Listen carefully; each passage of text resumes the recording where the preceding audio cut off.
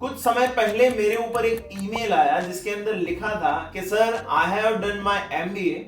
किसी तरीके से मैंने इंटरव्यू को तो क्लियर कर लिया, लेकिन मुझे जॉब में प्रेजेंटेशंस देने होते हैं, क्लाइंट के साथ भी कम्युनिकेशन करना रहता है।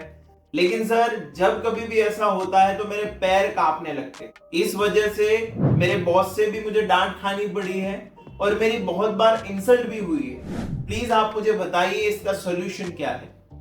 तो दोस्तों सबसे पहले मैं आपको बता दूं कि ये काफी कॉमन इश्यू है। फियर ऑफ पब्लिक स्पीकिंग काफी जाना माना और मोस्ट ऑफ द पीपल को हमने देखा है कि ये समस्या होती है। अमेरिका के जेरी सैनफील्ड जिन्होंने यहां तक कह दिया कि दुनिया में कुल दो डर है, एक बोलने का और दूसरा मरने का, जिसमें बोलना पहले नंबर पे आता है। क्या ऐसा होता है कि आप स्टेज पे जाते हैं लेकिन पूरे ब्लैंक हो जाते हैं, आप सोचने लगते हैं, आप सोच ही नहीं पाते पहली बात तो ये कि क्या बोले।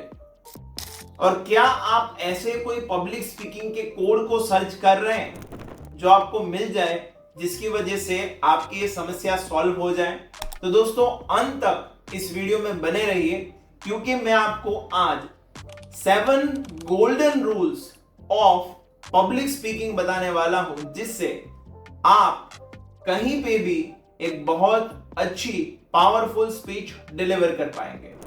तो हम लोग आगे बढ़े इससे पहले आप मेरी चैनल को सब्सक्राइब कर दीजिए और इस वीडियो को देखने के बाद मुझे कमेंट में जरूर बताइएगा कि आपको ये वीडियो कैसा लगा। चलिए शुरू करते हैं। दोस्तों सबसे पहला होता है नो योर ऑडियंस। बहुत सारे स्पीकर्स एक गलती कर देते हैं, तैयारी तो अच्छी करते हैं लेकिन उनकी जो स्पीच है वो अपनी स्पीच सेल्फ सेंट्रिक बनाते हैं, यानी मुझे क्या अच्छा लगता है, मैं क्या बोलना चाहता हूं। दोस्तों कभी भी ये गलती नहीं करनी। आपकी स्पीच हमेशा ऑडियंस सेंट्रिक होनी चाहिए। इसलिए आपको जानना पड़ेगा कि आपकी ऑडियंस कौन है। नो योर ऑडियंस, उनका जेंडर क्या है, उनका ऑक्यूपेशन क्या है, उनका एज ग्रुप क्या है, उनका क्लास क्या है। अगर आप मान लेते हैं कि एक पुअर एरिया में जा रहे हैं जहां पे लोगों की आमदनी बहुत ज्यादा कम है और वहां पे आप मर्सिडीज की बात करते हैं, BMW की बात करते हैं, प्राइवेट जेट की बात करते हैं, तो वो लोग आपसे कनेक्ट नहीं होंगे। आपको ऐसे एग्जांपल्स देने पड़ेंगे जो उनकी रूटीन लाइफ के साथ मैच करते हैं। दूसरा है बी प्रिपेयर्ड। आपको तैयार होना पड़ेगा। आपको पता होना चाहिए कि आपका पर्पस ऑफ स्पीच क्या है। आप कपिल शर्मा की तरह एंटरटेन करने जा रहे हैं या फिर मोदी जी ने वो डीमोनेटाइजेशन वाली स्पीच दी थी तो आप इन्फॉर्म करने जा रहे हैं। आप चाहते हैं कि आपकी स्पीच के बाद लोग कुछ एक्शन ले, परसुएडिंग, या फिर आप सिर्फ उन लोगों को इंस्पायर करना चाहते हैं जैसे कोई एक मोटिवेशनल स्पीकर करता है या फिर कोई टीचर करता है। दोस्तों आपको पर्पस ऑफ स्पीच पता होना चाहिए। आपको अपना कंटेंट डेवलप करना पड़ेगा। जी हाँ दोस्तों, दुनिया के जितने भी अच्छे स्पीकर्स होते हैं, कितने भी एक्सपीरियंस हो, before that speech they always prepare. आपको तैयारी करनी पड़ेगी। इसलिए एक अच्छा स्पीकर बोलने से पहले तैयारी करता है और एक मूर्ख स्पीकर बोलने के बाद तैयारी करता है। तो आपको अपनी स्पीच को क्राफ्ट करना है। सबसे पहले एक पावरफुल ओपनिंग बनाइए, उसके बाद मिडिल पोर्शन के अंदर कोई स्टोरी की बात कर सकते हैं, फैक्ट की बात कर सकते हैं।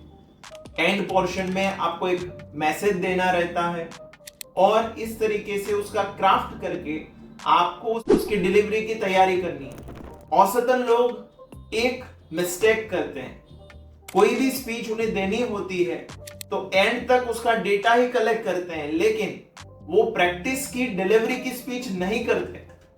इस वजह से वो जब बोलने जाते हैं तो भूल जाते हैं। तो आपको ऐसे ही बोल के प्रैक्टिस करनी है। इन फ्रंट ऑफ मिरर आप कर सकते हैं या फिर अपने घर के लोगों को भी बिठा के आप कर सकते हैं। वो करनी जरूरी है, क्योंकि जब आप वो करेंगे तो आपका एक राइट कॉन्फिडेंस भी डेवलप होगा और आप अच्छे से अपने आप को तैयार कर पाएंगे। तीसरी चीज है अपनी स्पीच को स्ट्रॉन्ग वे में स्टार्ट करिए। कोई हुक से आप शुरुआत कर सकते हैं, कोई क्वाड से आप शुरुआत कर सकते हैं, जैसे कि if you can speak you can influence. If you can influence, you can change the lives of people. My dear friends, today I want to talk about the importance of speech. देखिए, तो आप cord से शुरुआत कर सकते हैं, आप किसी स्टोरी से शुरुआत कर सकते हैं, आप कोई क्वेश्चन कर सकते हैं शुरुआत में ही।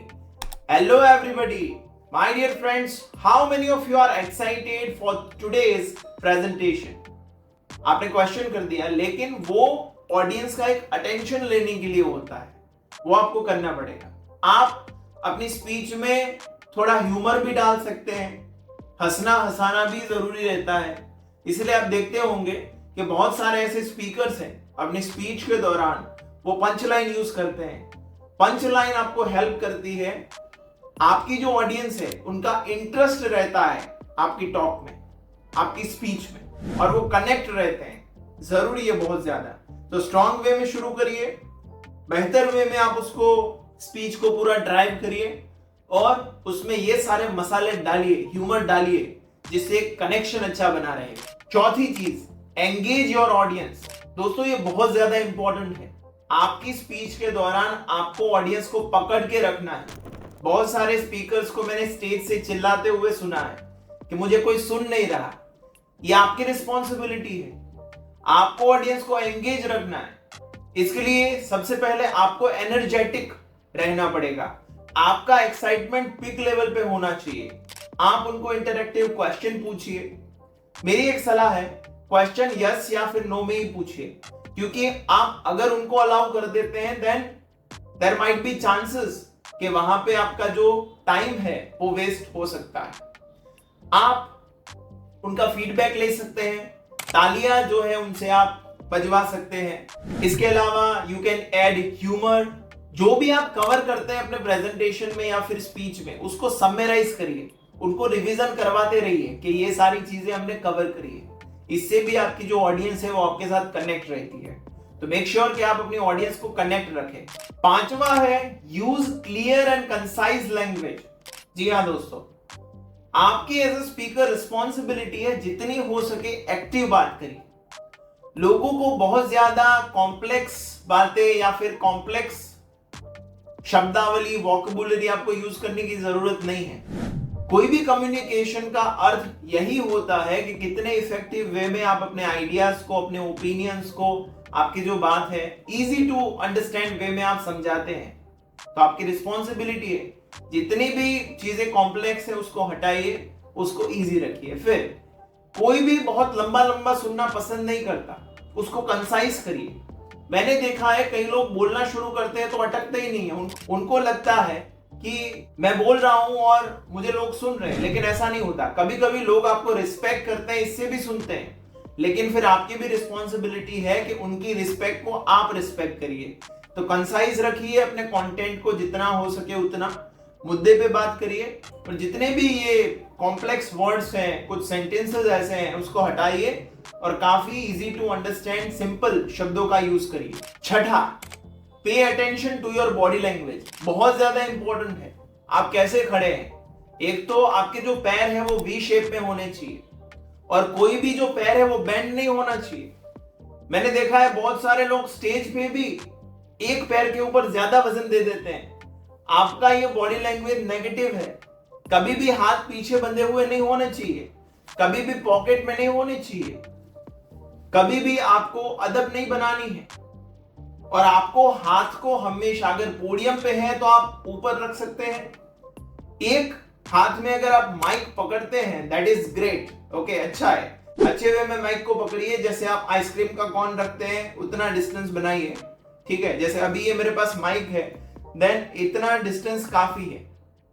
अभी दूसरे हाथ से आपको एक्सप्रेशन बताने हैं, एज अ जेस्चर आपको यूज करना है उस हाथ को, और अच्छे से उसको खोलना है। और अगर हाथ को आप अच्छे से मैनेज नहीं करेंगे तो चांसेस है ये कहीं पे भी जा सकता है, नाक में भी जा सकता है, बाल में भी जा सकता है, पॉकेट में भी जा सकता है।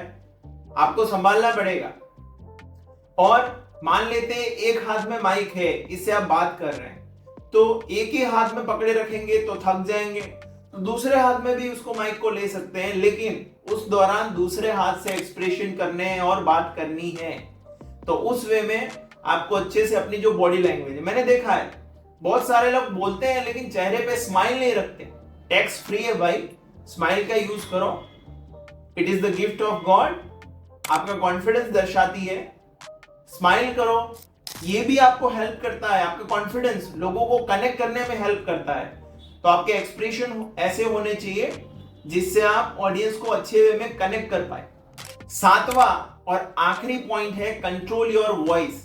आपका जो वॉइस है उसका मॉड्यूलेशन। देखिए, आप जब भी बात करते हैं, आपके सामने लोग बैठे हैं, आपका वॉइस ऐसा होना चाहिए कि पहली लाइन में जो लोग बैठे हैं उनको नॉइज नहीं लगना चाहिए, ठीक है, और आखिरी लाइन में जो बैठे हैं उनको सुनाई देना चाहिए।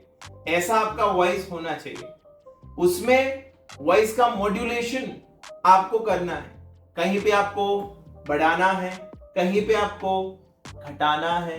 तो अपने वॉइस को आपको अच्छे से मेंटेन करना है। आपका क्वालिटी ऑफ वॉइस मेंटेन होना चाहिए।